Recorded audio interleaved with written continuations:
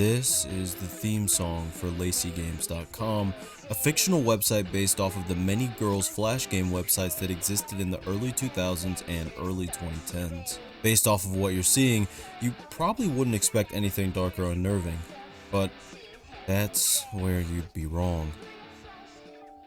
In fact, this website holds some of the darkest games you could ever imagine. Games covering things like trauma and grief. I've covered the 2 previous episodes in this series on my channel, but I'd also highly recommend you visit the creator ghosttundra in the links below. I hope you enjoy this one.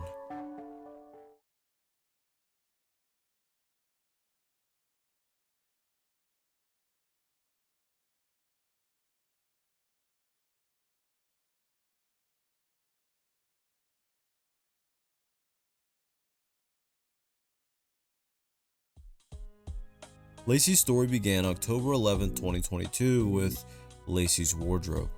This game is based off of the popular dress-up game trend during the Flash Games era.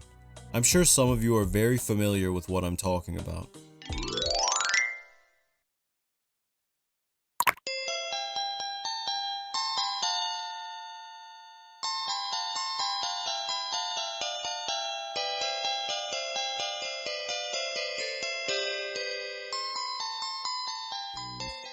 This video introduces a couple concepts that will continue throughout the series. The first being a slow descent into madness and despair as the game goes on. In the case of this game, it transforms from a normal dress-up game into, well,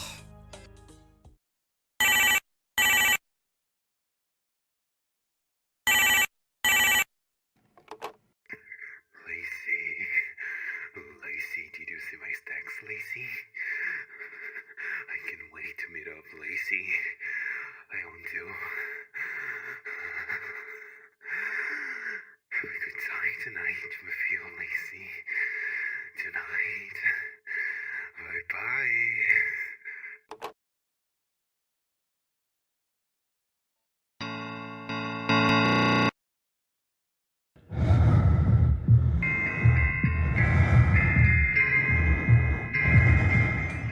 a terrifying experience involving a man that continuously stalks Lacey until she meets her untimely demise at his hand. Just a note, there is a version of Lacey's Wardrobe that actually exists on Steam, and I may make a video in the future covering that as it has a bunch of alternate endings and extra story. Anyway, the second concept introduced in this video is the way these games present traumatic situations. Every single game in this series revolves around trauma, all conveyed from the same person's experiences. This person would be hinted towards more in the next video about Lacey's Diner. In this, we're introduced to the concept of a hidden disturbing ending in the game. This is also the first time we have an actual narrator playing the game instead of us just watching the game play alone. Cryptic text is shown here several times as well, which will become a mainstay in this series. Decoding said text reveals more stories of personal trauma, and in the end, we're first introduced to who this may be from. This image of a mysterious girl connected to wires is important to note. We won't know her name until the next video in the series though. Lacey's Pet Shop introduces several things that are very important to the most recent video in this series. First is the introduction of Grace, one of the founders of the Laceygames website, though she denies any affiliation. The other founder, pictured beside her here, is Rocio, the same person who has been creating all of these disturbing endings, conveying their own trauma. In the previously mentioned Lacey's Diner video, we see a piece of paper with the name Rocio written on it as well, showing how she's connected to all these dark in-game themes. We're also introduced to seeing people's feedback and reactions to these games, which we haven't seen previously. Remember that for later. Finally, we hear a certain song for the first time. Hello.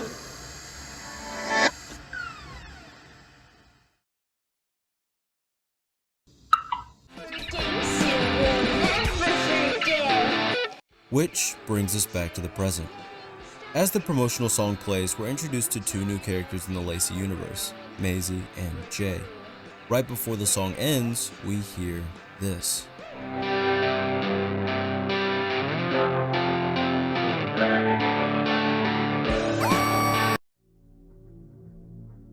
Grace explains right after this that the scream was from Rocio, who would always do Lacey's voice. Due to being the voice of Lacey, she also had to sing Lacey's portions in the song, which stressed her out. By the time they would get to the end, she would be pulling her hair out and screaming. This ended up being left in a part of the song, unfortunately. A new character, Charlie, asks her what was wrong that would cause Rocio to act like that, and this was Grace's response. I don't know. You didn't ask? Listen, all I knew is that Rocio was a little cuckoo and stuff, so I expected cuckoo things from her. As I said in my video initially reacting to and analyzing this video, second channel, click the info card, thanks, I feel as though they probably didn't have good chemistry in general. From the way Grace talks about Rocio, it seems like she didn't really understand what Rocio had been through, or at least how those things had affected her, and kinda just chalked it all up to her being crazy. Which, especially being young, isn't uncommon. We don't all have the ability to understand complex issues like that and how they affect others.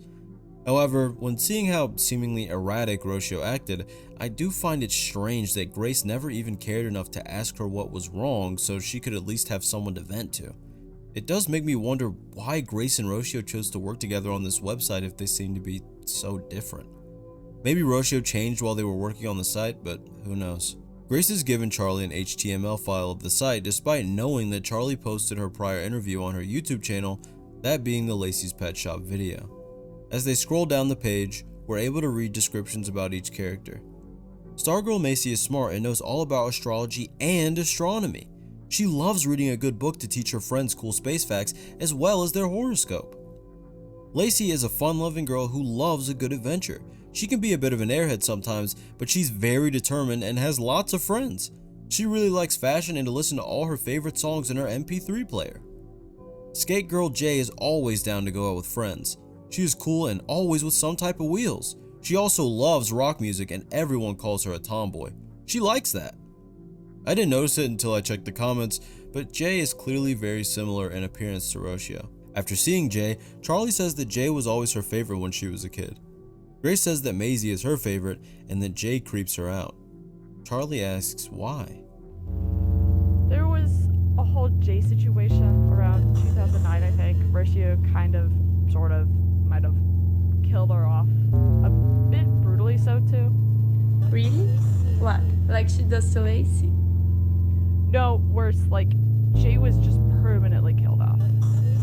Why don't I remember any of this? Trauma repression? I don't know, girl. Anyways, just open Jay's skating game. On it. That is pretty weird, even for this series. Why would a character we've only just found out about be the one that's been permanently killed off? Jay's skating game pretty much involves the player jumping from skyscraper to skyscraper with Jay. It's one of those challenge games you could save your high score from and share with your friends. The main obstacles are birds, which you can run into if you're not careful. There are also arrows you go through that speed you up, making everything even more difficult.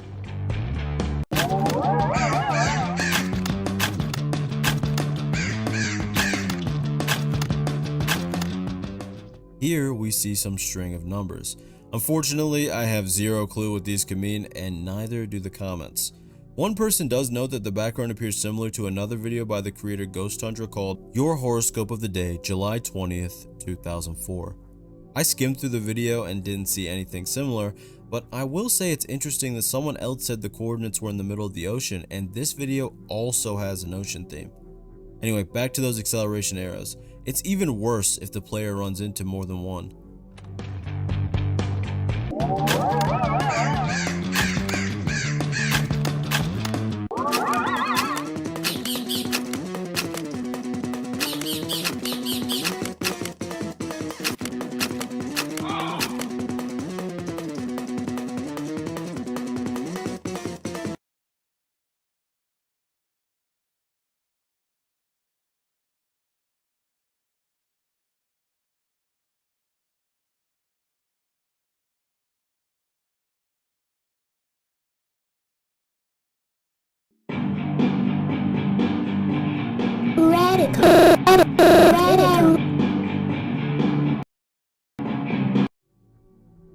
The next level has an entirely different atmosphere from the previous ones, boasting a red sky as the music continuously cuts out and changes quality.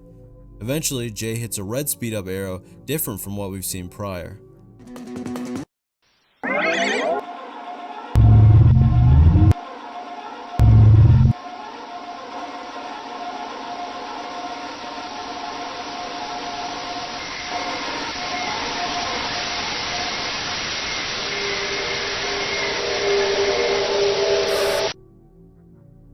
I cannot be the only one that was reminded of Sally.exe by that ending. Also, if you go frame by frame, you'll notice that Jay has a fearful look on her face right before she hits the spikes. Either way, things get much more disturbing as we see Jay just lying there, her eyes and mouth completely hollow. The text on screen says, "You killed Jay." Funnily enough, it then ends normally, giving the player a congratulation message and telling them that they reached level 4. I can 100% imagine this game being one that people would email to each other to scare the other person, similar to the scary maze game. Charlie is shocked, asking why Roshio couldn't keep this kind of content on Newgrounds or something, instead of portraying these themes to kids.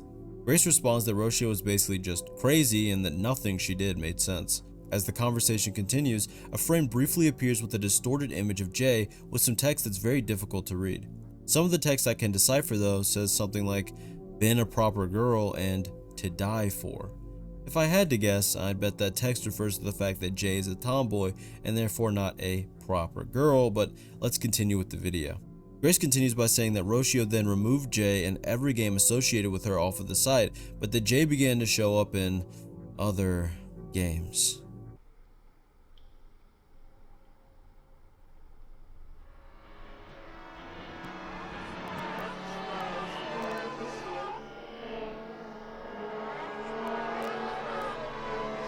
Before we get into those screenshots and words that flashed on the screen, you're probably curious as to what that reversed audio says.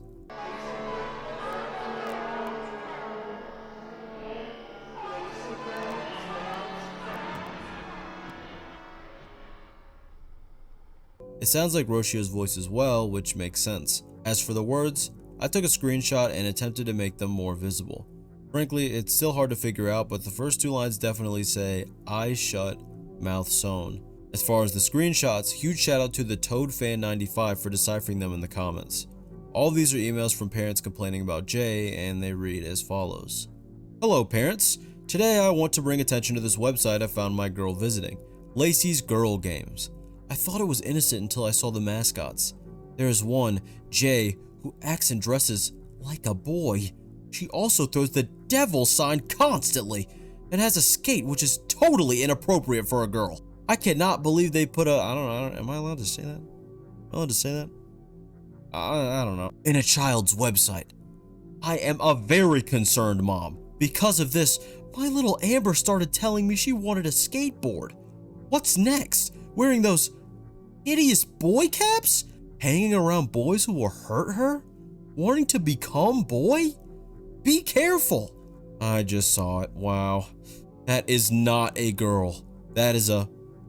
You have to write an email to developers to delete this character. I posted about it on Facebook. Everyone agrees it's an inappropriate character for kids. It's in a girl's website. We're getting all of the parents to email as well. Hopefully knock some sense into the developers. My girls love this website. I hope they fix it so I can show her to visit again. I definitely agree that a character that says, "I'd only be caught dead wearing makeup" in one of her games is not a role model little girls should be having. I don't know why they couldn't just keep Lacey and the other one is crazy, and get rid of this boy-girl thing. I should laugh. Okay. I laughed in the last one, I'm laughing in this one. Let us know about updates on sending emails. Maybe also block it in schools until then. Oh man.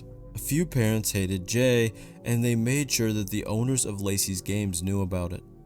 It does seem kinda odd though that Grace seems to not understand why Roshio got rid of Jay though. Clearly it was out of spite because of all these complaints. I'm not saying that Grace is willfully ignorant either, because it's very well possible she just didn't see those emails. It's just hard to believe because she clearly saw all the emails from people complaining about Jay's skateboarding game after she was killed off. We then see a screenshot that says, "Careful what you wish for."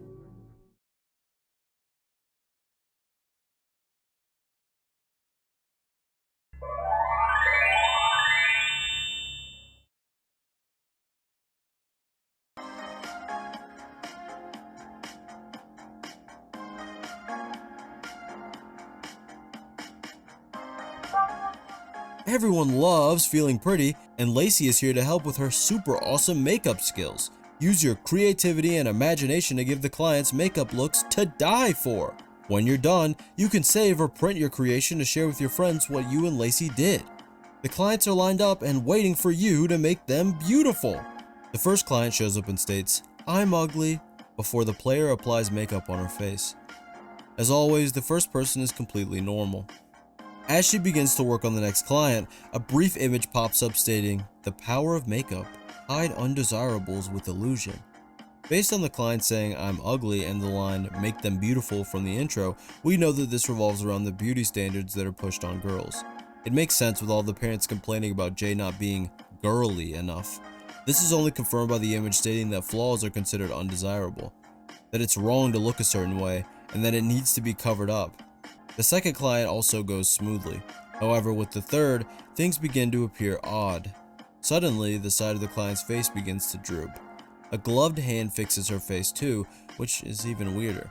What makeup artist can suddenly fix something like that? Actually, why did that even happen in the first place?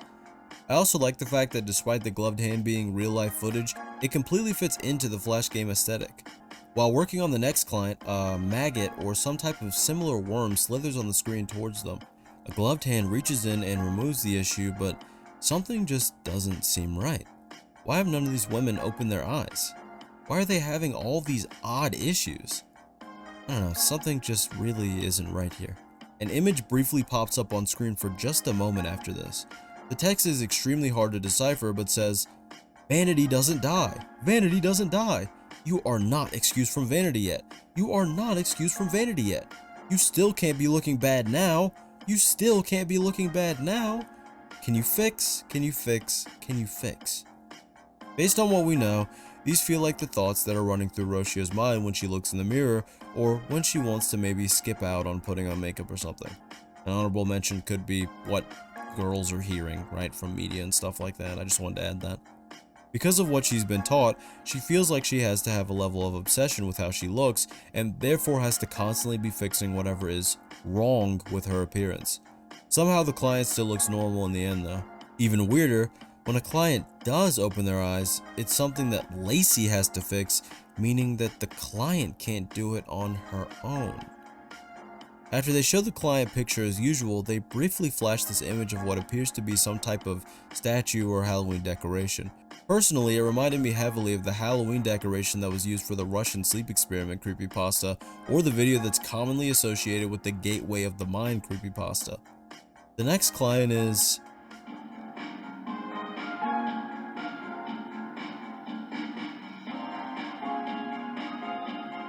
Jay. Ah, I see now. So, all of these clients were dead.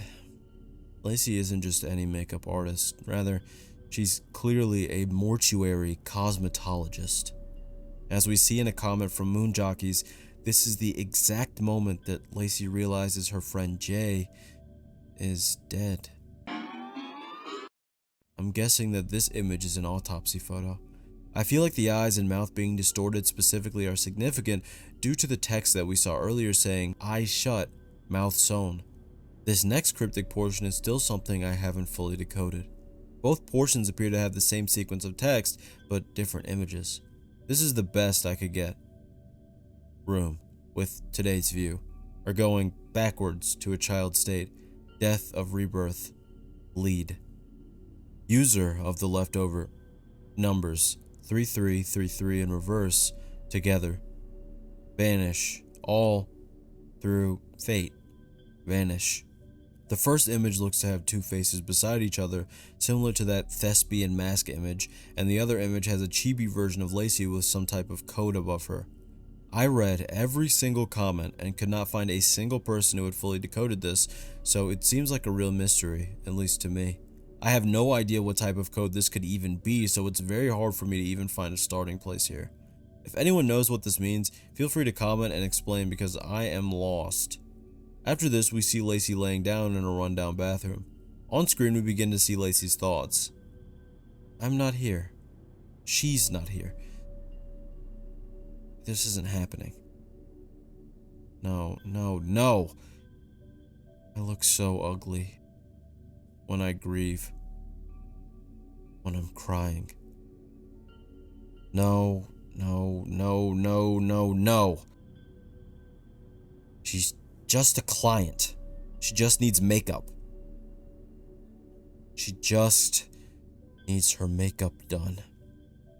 Yes, yes, yes, yes, yes. She just needs to get her makeup done. Yes. Like me. I just need fixing. I just need makeup. Yes. Yes, yes, yes! Let's go!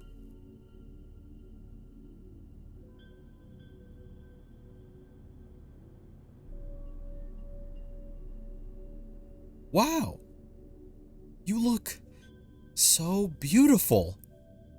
We can see Lacey's expression slowly change as she lays there, attempting to develop some type of cognitive dissonance from the fact that she's just discovered her close friend is dead. She's trying to suppress her grief instead of processing it so that she isn't ugly, so that she's fixed. Despite this, no matter how much she attempts to convince herself, we can see the truth leak through. We all know that when you're attempting to bottle these emotions up, to suppress this flood of pain and grief within you, that the dam will always break and everything will come rushing forth.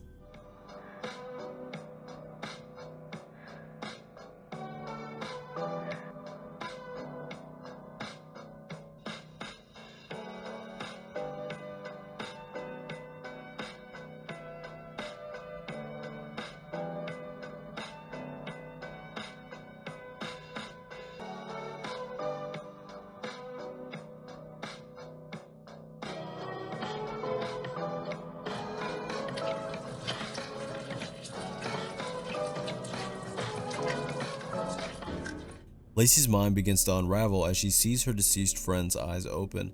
An amalgamation of sounds and images overwhelm the screen before Lacey finally begins to vomit. It gets worse though.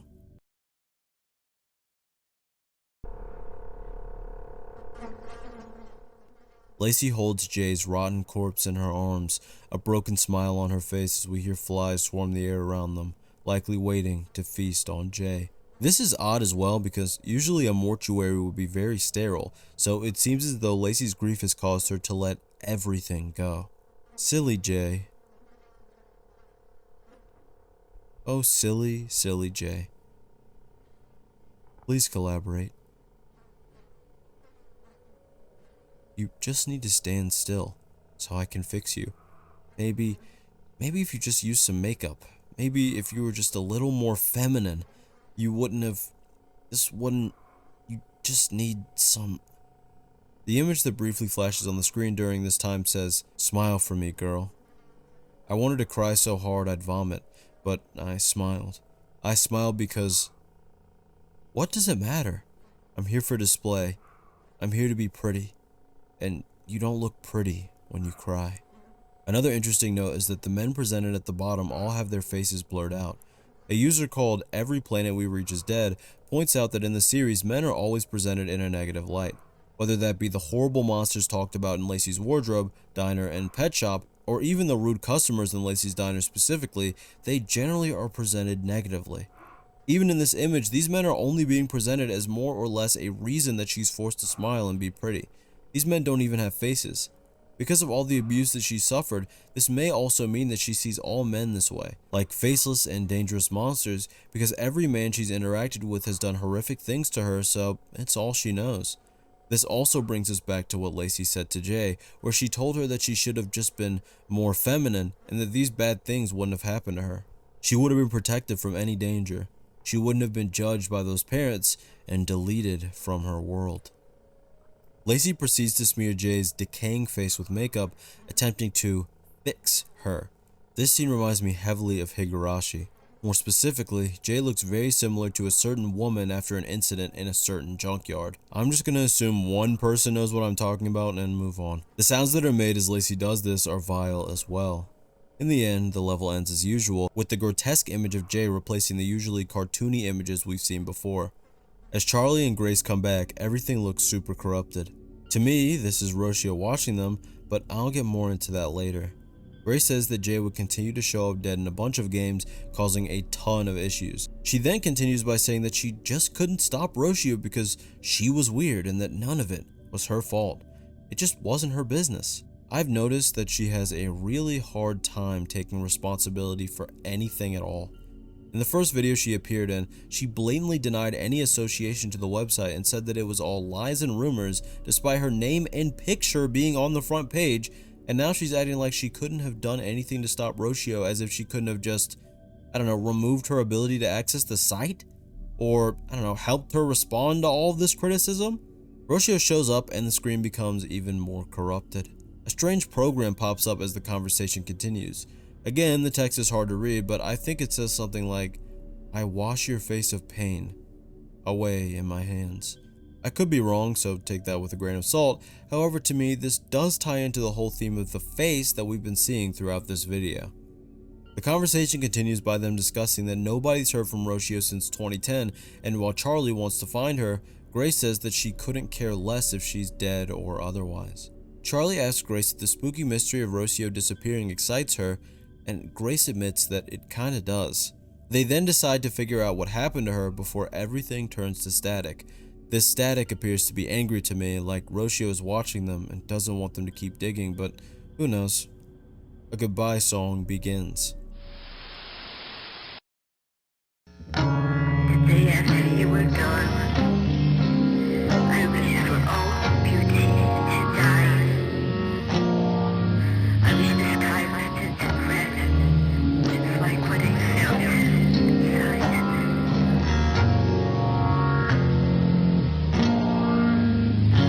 Millions of crying people howling your name, for rain to fall, rain heavy all the day, for everyone to bleed from their mouths and their eyes.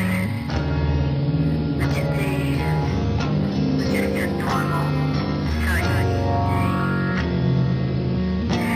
So was the next, and the next, and the next. After this, we see images of Roshio looking like she's surrounded by wires and technology. If you remember, earlier we talked about an image of Roshio at the end of the Lacey's Diner video where she looks like she's connected to a bunch of wires as well. At the end of Lacey's Pet Shop, she also appears pixelated. Actually, almost every single time Roshio is shown, it's in relation to technology, whether she appears as some type of pixelated video or appears with wires. To me, this seems like she retreated to the digital world as a way of escape from her real-life issues. I would say that this was metaphorical, but I feel like all of this corruption in this video related to her, and the repeated imagery of wires connected to her may mean that she actually is somehow in the digital world. I don't know how, but I genuinely feel that is the case. After all, that would not only allow her to escape her issues in this world and be permanently safe in a sense, but she could also be with the beloved characters that she created. That's all just my personal speculation though, but either way, Roshio is more than likely using the digital world as an escape, even if it's metaphorical. An image of Jay appears as well with the text, "Dead girls don't cry."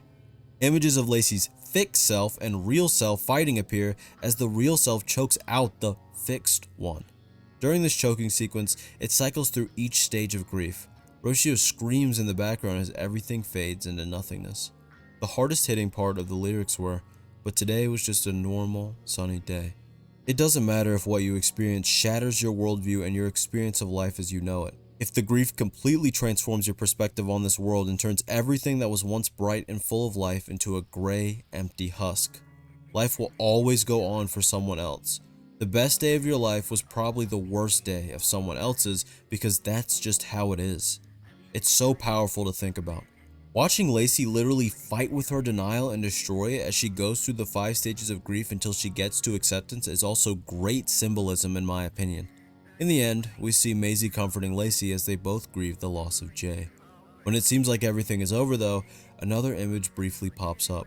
This image says, "She stepped into the empty room at the edge of the universe and calmly walked towards the single button on the wall which, as she had been told by the gods above, could delete the existence of anyone she disliked. She thought long and hard of all the ugliest souls that she had ever known.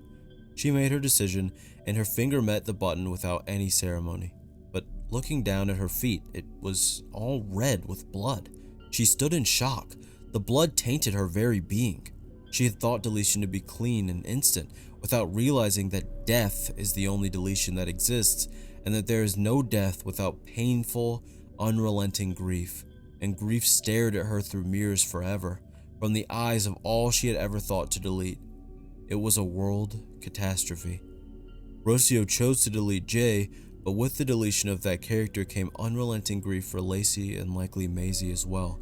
Because of the criticisms of these angry parents, a part of Lacey will be gone forever, and this is why Jay continued to pervade the games on this site, to show everyone that deletion truly has consequences.